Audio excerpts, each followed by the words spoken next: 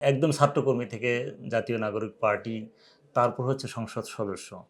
এই জায়গা থেকে এই যে দীর্ঘ পথ চলা, এই পথ চলা আপনার আ কিভাবে আপনি কঠিন সময়টা পার করছেন বা এখন আপনার সেই দৃষ্টিভঙ্গিটা কেমন?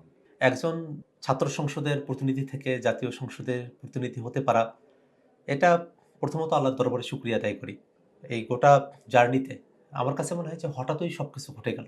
এই ২০১৮ সালে আমরা কোটা সংস্কারের জন্য আন্দোলন করলাম। ২০১৮ সালে আমি প্রশ্ন ফাঁস বিরোধী অনশনে বসলাম। সে অনশনের সময়গুলো এখন আমার কাছে জীবন্ত মনে হয়।